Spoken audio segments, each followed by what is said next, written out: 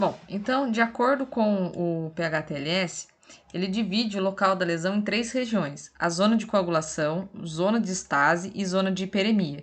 Então, aqui a gente tem a zona de coagulação, que é o centro da lesão, a zona de estase e a zona de hiperemia. Opa. A zona de coagulação é o centro da lesão e onde ocorre a morte tecidual, a necrose, né? O local como é que fala? O epicentro da queimadura, tá? Ao redor da lesão central é encontrado um tecido lesionado, mas não é de forma irreversível. Então, no caso, essa parte em volta aqui, ó, tá? Não é irreversível a lesão que tem ali. Por último, temos uma zona de hiperemia. Se for aplicado gelo na queimadura, essa zona intermediária ficará sem receber sangue pela vasoconstrição, resultando em um aumento de coagulação. Por isso que não indicamos a aplicação de gelo, e sim de água corrente, em temperatura ambiente de preferência. Em queimaduras de grande extensão, observamos uma resposta inflamatória extensa. Essa resposta faz com que os vasos capilares percam fluido para o terceiro espaço, em maior quantidade, o que provoca edema tecidual e até risco de choque hipovolêmico. Né? A gente também chegou a comentar isso aqui na disciplina de urgência e emergência. Isso leva à diminuição generalizada do volume de sangue, enquanto a quantidade de plasma no restante do sangue diminui significativamente, fazendo com que esse fique mais concentrado. A diminuição da corrente sanguínea para os diversos órgãos, como os rins e o aparelho digestivo, podem provocar insuficiência renal e úlcera no estômago. Então, a gente vai ver em um momento um pouco mais adiante, né? A gente conversou já a respeito da rabdomiólise traumática. Agora, a gente vai falar da rabdomiólise em si, né? Que é aquela falência dos rins, tá? Então, é um agravante aí bem sério por conta, né, desse tipo de lesão. Classificação, sinais e sintomas. Quando falamos em graus, a gente está falando em primeiro, segundo, terceiro e quarto grau, isso de acordo com o PHTLS, tá? Ou, né, espessura parcial, espessura total. Aí, nesse caso aqui, a gente está se referindo à profundidade da área queimada.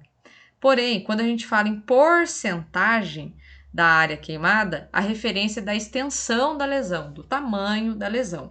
Então, primeiro, segundo, terceiro e quarto grau, ou espessura parcial e espessura total, a gente está falando da profundidade, do quão essa queimadura entrou para dentro do corpo. E quando a gente fala em porcentagem, a gente está falando no tamanho, na extensão dessa queimadura, tá?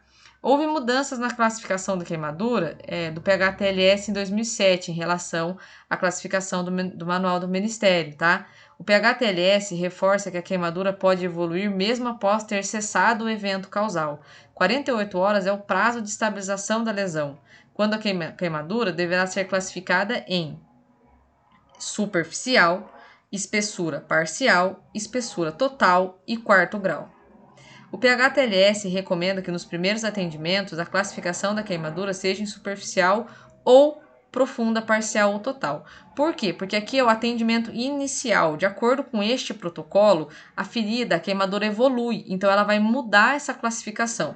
Por isso que não se estabelece um padrão logo no começo, e sim ele sugere que a ferida seja classificada somente nessas duas aqui, porque sabe-se que a ferida vai ter uma mudança, tá?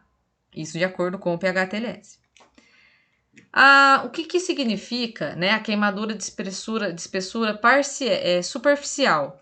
Ela vai atingir apenas a epiderme, tá? E apresenta-se com hiperemia e dor, tá? Esse tipo de queimadura é mais simples e sem repercussões clínicas, exceto a queimadura pelo sol em grande parte do corpo, que pode evoluir para desidratação, principalmente em idosos e crianças.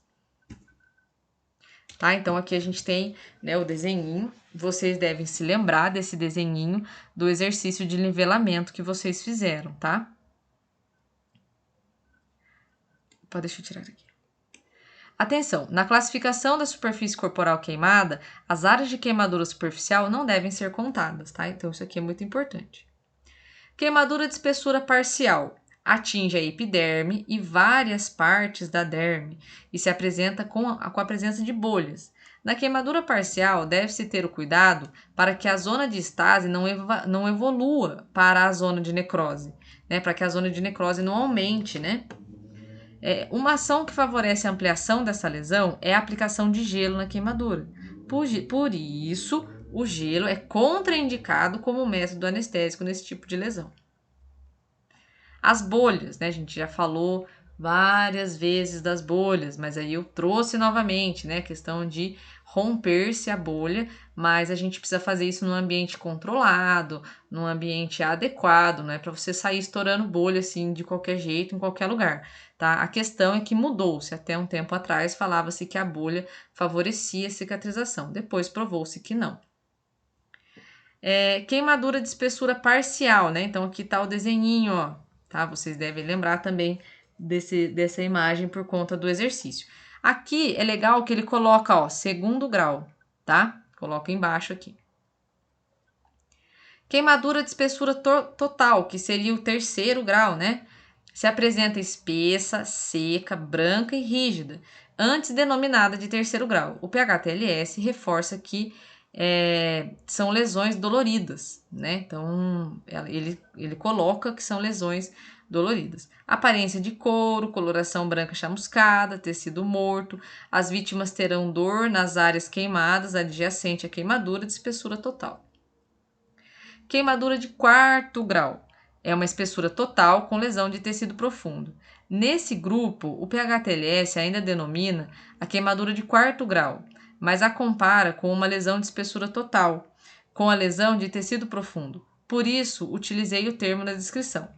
Nessa categoria, a queimadura atinge o tecido subcutâneo, músculos, tendões, ossos e órgãos internos. Então, aqui, né, também tinha lá no exercício para vocês, aprofundou-se bem, né, a queimadura. E aí a gente já vem para falar a respeito do Ministério da Saúde.